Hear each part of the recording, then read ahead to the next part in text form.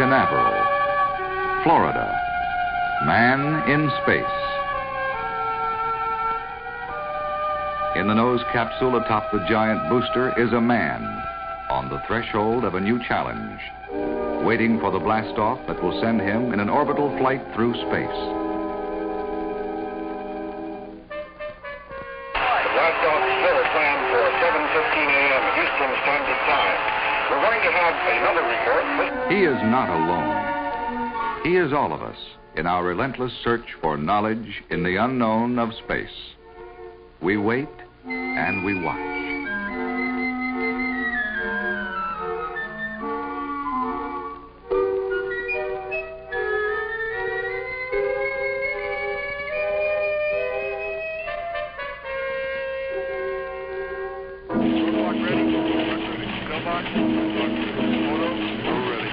Mercury capsule? Go. All pre-start panel lights are correct. The ready light is on. Eject Mercury umbilical. Oil evacuate. Mercury umbilical is clear. All recorders in the Range operation. Cleared along.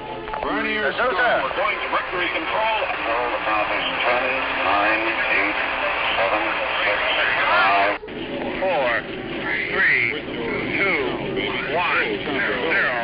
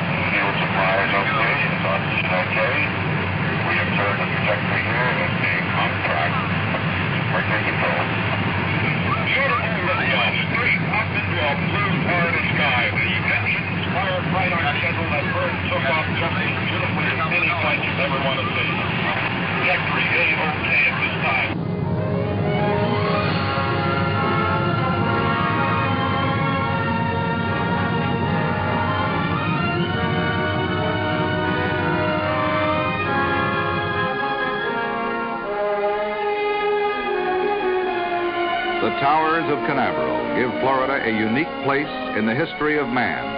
Moonport, USA, moonport of the free world. From here, man of the Western world will depart on his greatest adventure, a trip to the moon. This cape on Florida's Atlantic coast is so well suited for its role in the space age, it is almost as though it had been destined through the centuries just for this moment in history. It juts out into the ocean like a gigantic launching pad, surrounded by water. It is isolated and secure, yet the spectacular firings can be watched from safe distances. Free and open to Floridians, their millions of visitors, and the whole world.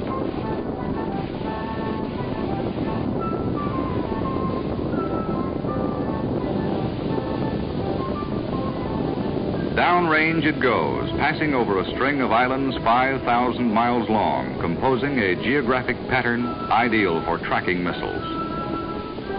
The Cape is a huge laboratory where boosters can be safely fired and their performances minutely followed for a long distance. This laboratory, officially the Air Force Missile Test Center, is run by the Air Force in support of the Army, the Navy, and the National Aeronautics and Space Administration. The complicated birds are carefully checked and prepared for flight.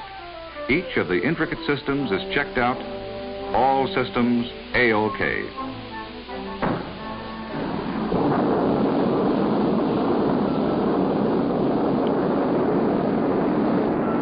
Now the performance of each system is carefully recorded. Extraordinary cameras catch the action on film. Radar watches with electronic eyes. Telemetry, a method by which small sensors in the space vehicle send back weak signals to electronic ears, passes detailed information to the recorders. The data is processed for evaluation by scientists and technicians.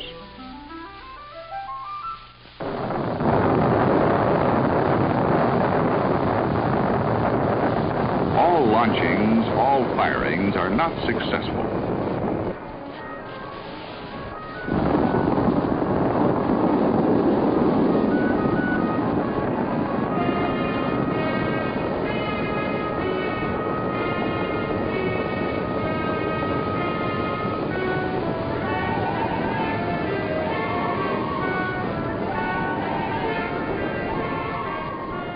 However, the collection of data during malfunction is even more valuable. Each launch yields knowledge. None is just a multi-million-dollar failure. Actually, what goes up, the boosters and missiles, are but a small portion of the expenditure. It takes people to make all systems go, and people mean salaries and buying power. Over 26,000 people are employed at the Cape, directly engaged in the missile and space programs. Thousands more are indirectly engaged. Families more than double the number. Still, many more thousands are needed to provide the services and goods that space workers and their families need. This means a rich and expanding consumer market. Brevard County, site of Cape Canaveral, is the fastest growing county in the United States, more than tripling in 10 years. But the Cape area is more than missiles and the space program. It is still a delightful place to live or to vacation. The space birds are just an added attraction.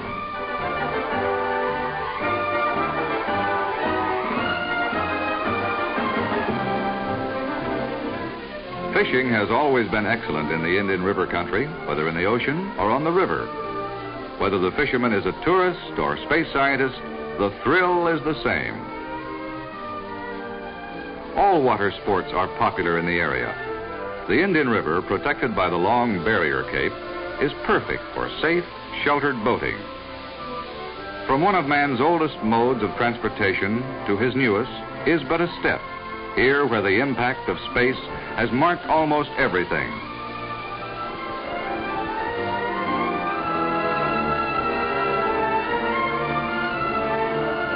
New buildings in every category, such as hospitals, schools, like Satellite High School, churches of many denominations have been built by growing congregations in the very shadow of space-age installations. There's the invigorating growing quality of a frontier, but a wholly new kind of frontier, sophisticated, scientific. Its people are young, vigorous, and well-educated. In fact, the greatest concentration of doctoral degrees in the country is found at the Cape. The caliber of personnel for companies like these creates an impact far greater than their number. The space scientists have been responsible for founding an engineering college close by the Cape. Universities throughout the state have stepped up programs to train young people for space and related work. Off-campus courses in technical subjects are made available to space industry scientists through the Institute for Continuing Studies, which has university status. Enrollment in technical colleges at the universities has increased as opportunities for technical employment in Florida have increased. The Engineering and Industrial Experiment Station at the University of Florida does research for Florida industries, including those in the space field. Among many space-related studies at the Florida State University's Institute of Space Bioscience is one on living cells sent into space and recovered for scientific observation. The impact of space extends far beyond the Cape area. It has been felt throughout Florida. Pratt Whitney, near West Palm Beach, is a major facility. Nearby is the free world's largest liquid hydrogen plant, built and operated by Air Products and Chemicals for the Air Force. Florida's largest industrial employer is Martin of Orlando, employing more than 10,000 skilled workers. Plants this size create their own impact by stimulating the establishment of feeder companies. Over 800 smaller Florida businesses supply Martin with everything from components of missiles to services for employees. Industries contributing to the space effort are located from Pensacola to Miami, turning out a variety of sophisticated electronic devices scarcely dreamed of a few short years ago. Tracking devices to trace and record missile behavior, guidance system components for celestial navigation, recorders, computers, tubes, and thousands of other electronic parts. Small companies employing a handful, branch plants employing several thousand, all part of a growing space-age technology in the Sunshine State. Because of the nature of their products, these plants are attractive additions to the Florida scene, and their highly trained, skilled personnel are attractive additions to Florida's population. They earn good salaries, build substantial homes, and raise intelligent young Floridians. New Floridians have created a rapidly growing consumer market, graphically illustrated by the growth in retail food outlets. The number of Winn-Dixie stores in Florida more than doubled between the first launch at Cape Canaveral and the Mercury orbits. Similar growth has been experienced by Publix and other chains. These stores are usually basic to the development of sprawling shopping centers. There has been an extensive cultural impact because of the educational level among space-related personnel. New orchestras have been founded and older ones strengthened. Florida has more community theaters per capita than any other state. There has also been significant growth in public libraries, their facilities, and their use.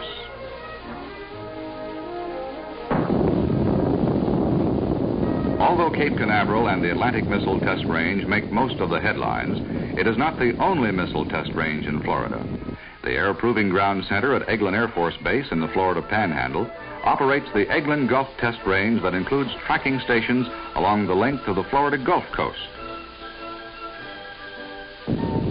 Tactical missile systems such as the Beaumark are tested at the operational level. At the western tip of the Florida Panhandle is the Annapolis of the Air Pensacola Naval Air Station and the Space-Related School of Aviation Medicine. Unusual equipment at the Disorientation Center causes the fledgling astronauts to experience the stresses, strains, and disturbed equilibria of space travel, known as vertigo. The school's work in space programs began long ago. Baker, the astro monkey that journeyed to the edge of space, was trained and still lives in the school's animal laboratory. Impressive as it is, the impact of space on Florida is actually just beginning. The expansions of Cape facilities to accommodate new programs will require 7 times as much land for the Missile Test Center. And on the land will be built facilities of such tremendous size and complexity as to stagger the imagination. Sections of the advanced Saturn will be brought to the Cape on huge barges and then assembled erect in a building over 500 feet high on special mobile gantries. Then doors as tall as a 45-story building will open and the assembled boosters will move to the launching sites. Advanced Saturn and other programs will require additional thousands of workers, first to build and then to operate the facilities. New industrial plants will rise to furnish the boosters, the components, the goods, and the services, swelling jobs related to space probes by many more thousands. All these people working toward that historic day, soon, before the end of this decade, when a giant booster generating millions of pounds of thrust will thunder from Florida's coast, carrying the banner of the United States and the hopes of free peoples everywhere to the moon and beyond.